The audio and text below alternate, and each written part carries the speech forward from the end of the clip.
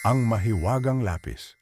May nakita si Noah na kumikislap na mahiwagang lapis sa ilalim ng kanyang desk sa classroom. May maliit na note na nakakabit dito. Anumang iguhit mo ay magiging totoo. Nanlaki ang mga mata ni Noah. Gumuhit siya ng pizza at biglang may totoong pizza sa harapan niya. Sunod niyang iginuhit ang mga laruan, candy at kahit pera.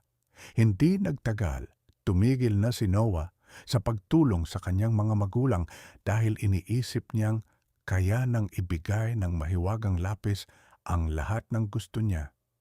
Isang araw, nagkasakit ang kanyang nanay. Mabilis na gumuhit si Noah ng gamot, pero walang lumabas. Sinubukan niya ulit at ulit, wala pa rin.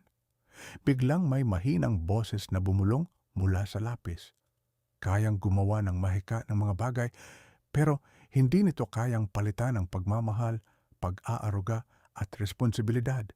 Doon naisip ni Noah na nakalimutan niyang pahalagahan ang kanyang mga magulang.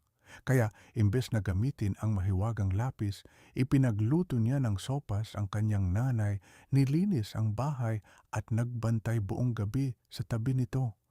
Kinabukasan, ngumiti ang kanyang nanay, ikaw ang munti kong bayani.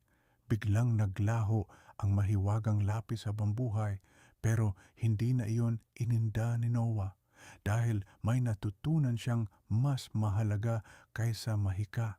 Mas makapangyarihan ang tunay na pagmamahal at pagsisikap kaysa sa madaling paraan. Kung mayroon kang mahiwagang lapis na kayang gumawa ng kahit ano, ano ang una mong guguhit? Like, follow at share para sa mas marami pang kwentong may aral.